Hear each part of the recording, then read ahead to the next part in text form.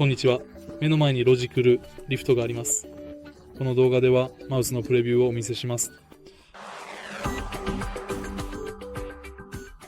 まずマウスの右側を見てみましょう。ご覧の通りマウス全体が走行です。こうやって持ちます。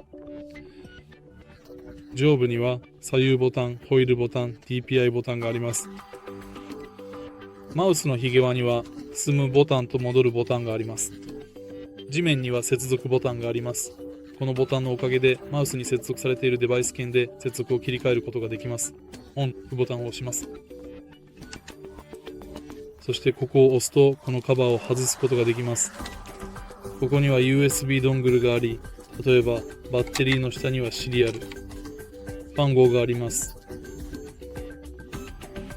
この動画が役に立ったと思ったらいいね、コメント、チャンネル登録をお願いします。